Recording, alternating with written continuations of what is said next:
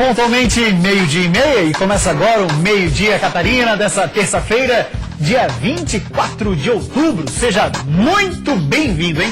E aqui você tem espaço garantido. E para isso, é só mandar o seu recado através de uma das nossas redes sociais. Nós estamos no Instagram, em @meio-dia Catarina. Nossa fanpage no Facebook é /meio-dia Catarina. Também estamos no WhatsApp no 489-9608-7554. Temos temas muito relevantes para debater hoje por aqui. Dentre eles, a demolição dos beach clubs. A decisão da demolição ou não acontece hoje através de uma audiência marcada para acontecer no Tribunal Regional Federal de Porto Alegre. Inclusive, sobre esse tema, nós temos uma enquete no Twitter para saber de você, não só de Florianópolis, mas pessoas de outras cidades do estado, cidades até que possuem beach clubs, né, cidades litorâneas, no caso, ou pessoas do estado catarinense que vêm a Florianópolis, né, e se caso fazem uso desse tipo de programa, desse tipo de serviço, desse tipo de atração, você pode participar. A enquete está perguntando o seguinte lá no nosso Twitter: levando em conta o turismo e a economia, são dois pontos importantes aí, diretamente afetados, você acha que a demolição dos beach clubs de Florianópolis, aí a gente colocou 3 opções, tá? Trará benefícios, trará prejuízos ou não fará diferença? A gente colocou ainda há pouco, vamos dar uma olhadinha, a gente colocou ainda há pouco no nosso Twitter, no @meio-dia Catarina, e claro, algumas pessoas já votaram. Uma disputa bem interessante, pelo menos que a gente observa até aqui, ó. 41% dos votantes dizem que essa proibição ou a demolição vai trazer benefícios. Outros 41% diz que trará prejuízos e 18% dizem que não fará diferença. Pois bem, você pode votar, você pode mandar o seu recado para falar sobre esse tema, mas gostaria de colocar a minha opinião. Eu acho que traremos apenas prejuízos para a cidade.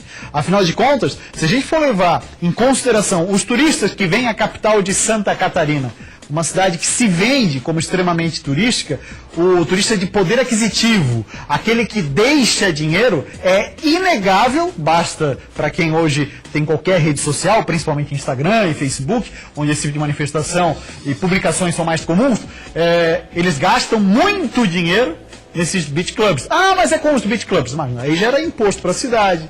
É outro tipo de recurso que gira na cidade, né, que não estaria previsto. Agora você imagina, nós temos 5 beach clubs, é isso, né, Nereu? Hoje vocês de manhã fizeram uma matéria, né? Daqui a pouco tem a matéria da Cibele Fávero sobre.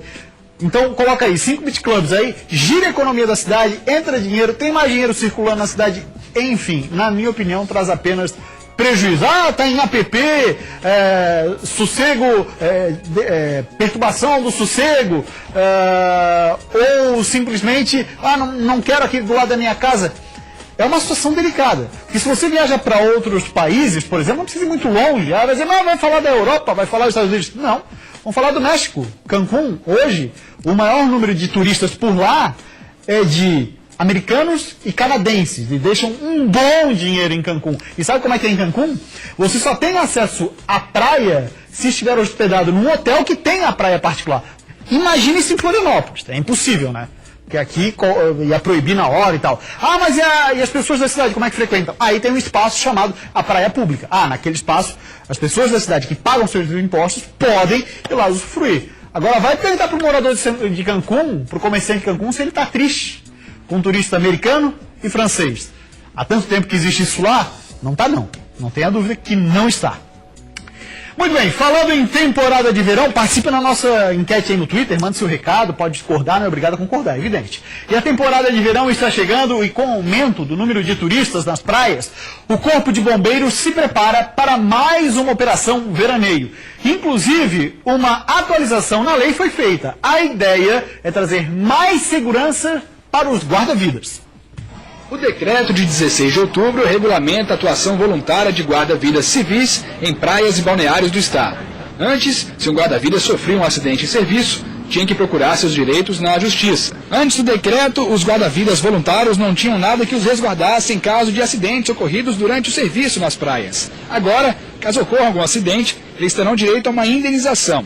Em caso de morte, os seus dependentes terão direito a uma pensão vitalícia. No caso de invalidez permanente, o valor é de R$50 mil para o caso acidentado e no caso de morte são R$100 mil para os dependentes.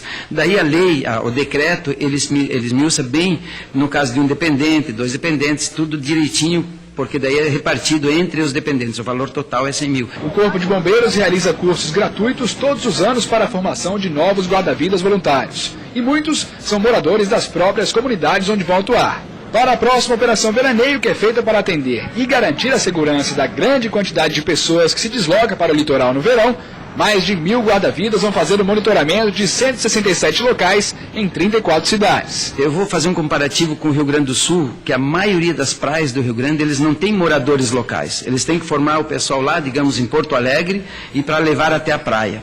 Nós, diferente disso, todas as nossos municípios litorâneos tem moradores locais, Maria tem cidades ali e nós conseguimos fazer um curso de guarda-vida pelo menos em cada cidade dessas. Os bombeiros lembram que é importante seguir as orientações para que cada vez mais os acidentes sejam evitados. Na temporada passada, foram 5.000 salvamentos realizados e apenas 3 mortes registradas em área protegida. A orientação básica é que chegando nas praias, verifique como é que está a condição do mar, a gente tem a sinalização nos postos guarda-vidas e a medida mais simples, Chegue no posto guarda-vida, a gente tem esse serviço de guarda-vida, o pessoal é treinado, é orientado para isso, eles vão poder dar a orientação melhor, esse é um local melhor para banho, esse local está um pouco mais perigoso e assim é mais segurança para a família, E fundamental, você respeitar a sinalização das bandeiras e mais, não desrespeitar o guarda-vida. Se ele diz, não fica aqui e tal, ele não está falando por falar, é porque ele conhece a região e quer, obviamente, dar segurança ao banhista. E a Polícia Civil deflagrou hoje uma operação para reprimir fraudes na emissão de carteiras de habilitação em Balneário Camboriú, Tijucas e Itapema. 65 policiais de Santa Catarina, além de 8 do Paraná e 6 do Rio Grande do Sul, estão cumprindo 9 mandados de prisões temporárias, 21 de condução coercitiva e 32 de busca e apreensão. De acordo com as investigações, um grupo criminoso envolvendo integrantes de centros de formação de condutores fornecia CNHs sem as devidas exigências legais e o pior, com documentação falsificada. Mais detalhes sobre esse caso você acompanha logo mais às 10 para as 7 da noite no Band Cidade com Cibele Fávero. E toda terça-feira aqui no Meio Dia Catarina é dia de conversarmos com o nosso especialista em segurança pública e agente especial da Polícia Federal, Edgar Lopes. Boa tarde, Edgar, tudo bem? Gustavo, boa tarde. Boa tarde a todos vocês que nos recebem, assistem tão carinhosamente suas casas. Edgar, e os trabalhos das nossas polícias federal e civil vêm se destacando consideravelmente nos últimos dias aqui no estado, Verdade, Gustavo. Eu gostaria aqui de deixar os parabéns para a Polícia Civil e para a Polícia Federal. A Polícia Civil com essa operação de hoje, tentando coibir a demanda de carteiras de habilitação falsificadas, e com a operação da semana passada chamada Luz da Infância, em que trabalhou junto com 24 estados do nosso país para coibir o crime de pedofilia, junto também com o Distrito Federal. Foi uma operação que a Polícia Civil agiu em conjunto, orquestrada pela Senasp, com informações trocadas com a Embaixada Americana e que está buscando acabar com esse crime nefasto que devastam famílias, que é a pedofilia, usando a internet, dark internet, internet negra, Uhum. Quando se tem o auxílio de forças, por exemplo, como dos Estados Unidos, aí eu imagino que ajuda muito. Porém, a gente não pode esquecer também de toda a competência da Polícia Federal que existe por trás para fazer toda uma investigação, que é simplesmente passado, olha, dá uma checada por aqui que eu acho que tem alguma coisa. É assim que funciona, Edgar? Com certeza tem esse intercâmbio de informações. Aqui a Polícia Federal está com um agente especial, Salles, que é um rapaz que está muito integrado com a nova tecnologia norte-americana. É lógico que precisa ter mais essa integração. A Polícia Federal também está de parabéns, Gustavo, pelo que aconteceu na segunda-feira em Balneário Camboriú, a continuidade da Operação Oceano Branco, que está desmantelando uma quadrilha que exportava cocaína de uma forma, utilizando um meio legal dos portos de Itajaí e Navegantes. Então a Polícia Federal também está de parabéns com essa operação grande. Até foi preso apreenderam uma Lamborghini, que custa mais de 1 milhão, né? Pois é. Edgar, você, como agente especial da Polícia Federal, eu imagino que tenha participado de algumas operações nesse sentido. Para fazer um atraque como esse, quanto tempo leva-se de investigação, em média, ou depende de casos? Desse caso, junto com a Polícia Civil, uns 6 meses, porque é muito material. São muitas informações, você não pode também perder o alvo de uma maneira tão simplória, precisa de pessoas especializadas. Aqui foram utilizados 40 policiais civis, 16 peritos e auxiliares para essa operação de combate à pedofilia. E nesse caso existem agentes infiltrados, mais ou menos como a gente vê nos filmes, agentes infiltrados dentro do contexto de negociação e tudo mais? Muitas vezes acontece, e isso é necessário. É necessário que saibamos como funciona aquela mente criminosa para podermos agir. E é isso que a sociedade tem que entender. Desmantelar uma quadrilha não é da noite para o dia, não é como um filme que passa em 2 horas e tudo está terminado. Exato. E um detalhe, né? E saber, e entender e valorizar aí o trabalho, o quão se arrisca um policial civil, um policial federal, numa ação como essa, onde pode ser descoberto e, consequentemente, pagar com a vida. Verdade. E sempre analisar a baixa estrutura, pouco investimento. E isso mexe com a autoestima. É necessário que a população, que a sociedade invista e apoie a sua polícia. Porque uma polícia bem estruturada, motivada, é uma polícia sempre que vai te dar uma resposta melhor ao combate à criminalidade.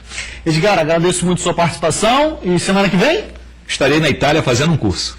Tá certo. Então aí traz informações pra gente da Itália. Perfeito. Gustavo, obrigado. Valeu, obrigado, Edgar. Até a próxima. Até a próxima a todos. E veja daqui a pouco, você já sentiu como o seu corpo e sua mente colocassem um ponto final e lhe falassem, agora chega? Pois é, então saiba que você pode ser vítima, não só de um cansaço devastador, mas sim da chamada Síndrome de Burnout. Saiba mais detalhes na sequência, agora 12h42, e a gente volta já.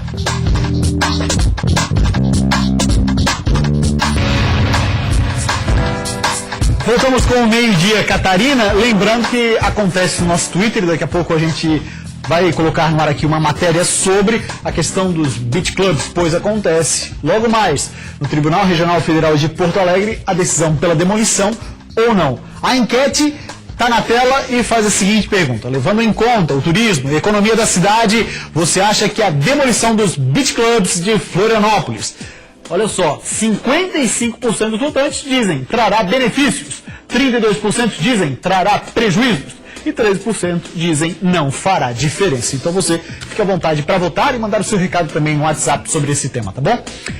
E o empresário radiodifusor Nelson Sirotsky recebeu na noite desta segunda-feira o título de mérito catarinense.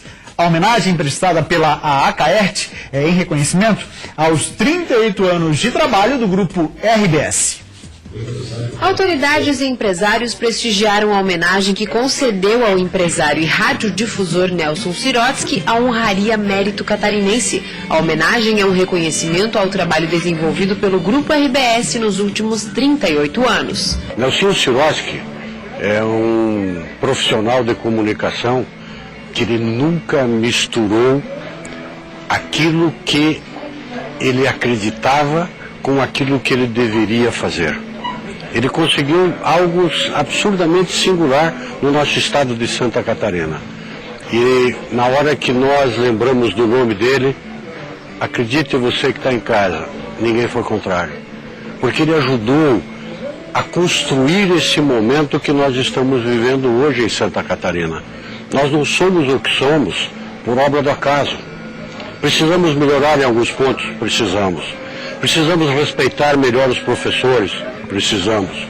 Mas temos uma pleiade de empresários absurdamente singular. E isso é que ajuda a gente a fazer a diferença. Nós somente agradecemos pela construção do padrão que a RBS trouxe aqui, o qual nos trouxe uma referência de comunicação para toda a Santa Catarina, referência nacional, e claro, todos tivemos que nos igualar desde a época que a RBS, lá em 1978, aqui se implantou. O Mérito Catarinense foi instituído pela CAERT, Associação Catarinense das Empresas de Rádio e Televisão, para homenagear lideranças que contribuem para a valorização do desenvolvimento social, econômico e da radiodifusão no Estado. Estado. Lisonjeado pelo reconhecimento e demonstrando gratidão, o empresário fez questão de abrir mão da formalidade para conversar com todos e agradecer de perto. Eu estou muito feliz aqui, no dia de hoje, recebendo esse reconhecimento da CAERT. Nós, desde o primeiro momento que estivemos aqui, começamos com comunicação aqui em Santa Catarina, sempre valorizamos o trabalho associativo. E a CAERT é um desses símbolos do associativismo em Santa Catarina na área de comunicação. Eu, obviamente, entendo isso como um reconhecimento, mais um reconhecimento que a gente tem do trabalho que a RBS fez ao longo dos seus quase 40 anos de atividade com veículos de comunicação em Santa Catarina. E eu tive um papel importante no início da nossa jornada, em 1978, quando aqui começamos, e tivemos a oportunidade de trazer alguns conceitos, alguns valores que ajudaram a construção não apenas da comunicação de Santa Catarina, mas como do próprio estado de Santa Catarina. Durante a cerimônia, a servidora mais antiga da área da educação estadual, que havia recebido o troféu de excelência das mãos do governador, em um ato simbólico entregou o troféu ao homenageado da noite. Muito importante. É um reconhecimento que a gente não espera. Tu não trabalha por isso, né? Tu trabalha porque tu gosta de trabalhar. Eu adoro, mas foi uma surpresa muito grande. Empresários e autoridades presentes falaram sobre o mérito catarinense. A CAERT é uma instituição muito importante em Santa Catarina. E essas homenagens que ela promove, que não são para muitos, são homenagens que lisonjeiam os homenageados. Mais uma vez a CAERT se demonstra organizada, pioneira e um reconhecimento de um trabalho executado em Santa Catarina que demonstra a integração de todos os órgãos de comunicação e um reconhecimento pelo trabalho já realizado. Receber uma honraria da CAERT, ou seja, dos seus pares, dos seus parceiros de mercado, é sem dúvida um momento ímpar, um momento único, e nós, como governo do Estado, não poderíamos deixar de estar presente aqui para prestigiar a CAERT e o momento da homenagem ao Dr. Nelson Sirotsky.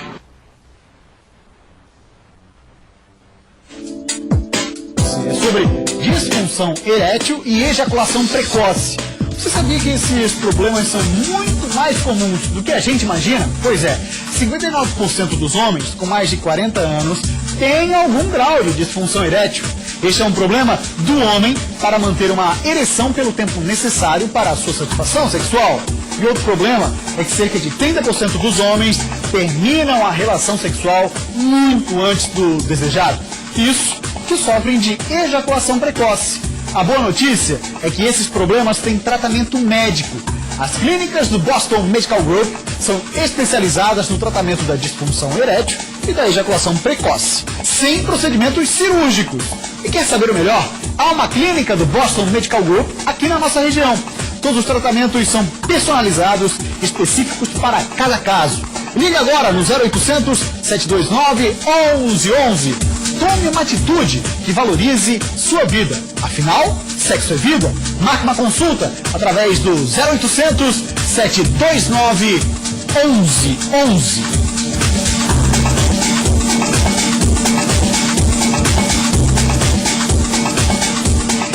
Você já se sentiu como o seu corpo e sua mente colocassem um ponto final e lhe falassem: agora chega? Um cansaço devastador que revela a falta de energia, com todas as reservas como se estivessem esgotadas. No trabalho, a pessoa, antes proativa e competente, liga o piloto automático. No lugar da motivação surgem irritação, falta de concentração, desânimo e sensação de fracasso. Esses são indícios de uma doença cruel e de difícil diagnóstico, que avança nos hospitais, nas empresas, escolas, chamada a síndrome de burnout. Quem vai conversar mais conosco sobre esse tema é a psicóloga Elisa Ferreira. Boa tarde, doutora. Obrigado pela sua presença aqui conosco. Tudo bem? Muito boa tarde a você, Gustavo, aos espectadores do Meio Dia Santa Catarina. Obrigada pelo convite. Nós que agradecemos a sua presença. Doutora, eu tentei falar mais ou menos o que é, mas acho que eu falei pouco. Eu gostaria que você detalhasse um pouquinho mais para a gente o que é a síndrome de burnout. Burnout é o nome. Então, você fez uma síntese muito adequada, assim, né? Uhum. É muito comum, inclusive, haver uma confusão entre estresse e burnout, né? O estresse, ele é uma reação fisiológica a estressores cotidianos, né? Uhum. E que normalmente quando os estressores cessam, toda essa sintomatologia também tende a se apaziguar, a se acomodar, né? É claro que existem aí reações no campo da ansiedade, enfim, sintomas depressivos, né, que o estresse também pode provocar aí um estresse crônico. O burnout é diferente, porque ele atinge o sentido ético do trabalho. Quando nós, né, profissionais, nos formamos e pensamos em exercitar uma profissão, nós temos um objetivo muito, enfim, ali, um foco, né? Traçado, nós queremos fazer alguma coisa, né? Você quer comunicar, eu quero, a partir do meu métier, ajudar pessoas a encontrar melhores desdobramentos para suas vidas, enfim, professores querem formar, assistentes sociais querem produzir aí o bem-estar social e acesso a direitos, enfim. Quando esse tipo de sentido do trabalho é retirado, e é retirado a duras penas, porque a pessoa ela tenta muito produzir esse tipo de sentido, mas a organização desse trabalho não permite que isso aconteça, né?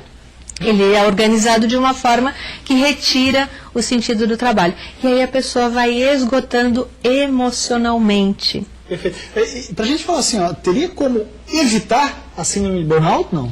Sim, perfeitamente.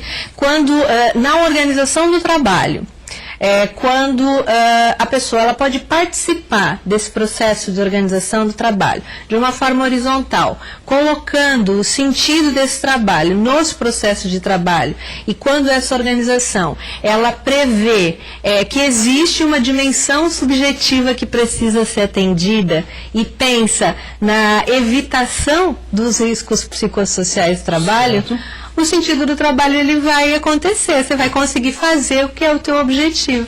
E na questão de tratamento, como é que ele é feito? Com medicamentos, consultas, como é que ele funciona? Então, no caso do burnout, a gente entende uma síndrome que ela é construída de uma forma violenta, né? Ocorre uma violência psicológica, porque há inclusive uma fragmentação desse mundo interno. Entendi. Então, o que precisa é recuperar todo o aspecto físico, né? E aí, assim, tem toda uma necessidade de investimento em tratamento, às vezes, inclusive, até a medicação, né? Por conta dos sintomas depressivos e ansiosos, né? E no caso dos aspectos psicológicos, recuperar, né, essa energia, essa vitalidade que foi esvaziada a partir de toda essa violência sofrida no cotidiano de trabalho. Doutora, agradeço muito a sua participação aqui com a gente, é um tema extremamente relevante, espero tê-la aqui outras vezes para a gente poder conversar e instruir mais a população acerca da síndrome de burnout. Estou absolutamente à disposição, e o tema saúde mental e trabalho é um tema precioso e caro aqui para todos nós. Exatamente, muito obrigado. Obrigada. Muito bem, depois do intervalo, dia decisivo para os beach clubs de Florianópolis. Justiça Federal decide hoje se haverá ou não a demolição dos empreendimentos. Agora 12h56 e a gente volta em instantes.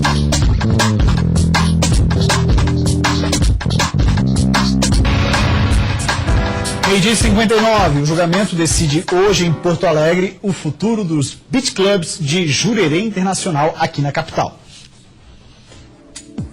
Hoje, o mérito da decisão de primeiro grau da Justiça Federal que determinou as demolições dos 5 beach clubs no ano passado. Em agosto, o tribunal derrubou a liminar que suspendia as demolições. Nós esperamos que a decisão seja tão técnica quanto foi a decisão de primeiro grau. É isso que nós esperamos. O turismo tem que caber na lei e o turismo tem que caber na convivência com os moradores de um bairro. Nós achamos que está na hora de cessar o pode tudo.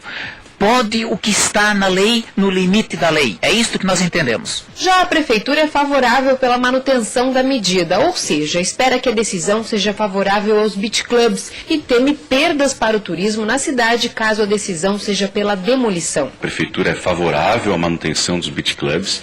A gente espera que o julgamento da terceira turma do TRF4 seja favorável a essa manutenção. Do ponto de vista do turismo, seria uma perda lastimável nós ficarmos sem os beach clubs, que ajudaram a colocar Florianópolis no patamar do turismo que ela tem hoje. A As reclamações dos moradores são antigas em relação à perturbação de sossego e renderam processos antes dessa ação em julgamento. O problema da perturbação de sossego nós enfrentamos já há muitos anos, basicamente desde 2003, 2004. Nós entramos inicialmente com ações judiciais na Justiça Estadual, questionando exclusivamente a perturbação do sossego. Tivemos sentenças favoráveis, as sentenças não foram efetivas. A ação começou em 2008 e foi movida pela Associação de Moradores de Jurerê Internacional, questionava a ocupação dos beach clubs em área de marinha, além da perturbação de sossego. De lá para cá, essa história teve muitos capítulos. E apesar de a decisão de hoje ser muito importante, dependendo da sentença, ainda cabe recurso em Brasília. Muito bem, aproveitar para abrir espaço para o Norberson Marx, que interagiu conosco através do Facebook. Ele colocou assim: senhores, a discussão não deve ser está. A questão central deveria ser os beach clubs. Aí a sugestão dele de pergunta que deveria ser da enquete. Os beach clubs estão legalmente instalados em Florianópolis? Atendem às exigências legais? Estão de acordo com as leis? Fecha aspas.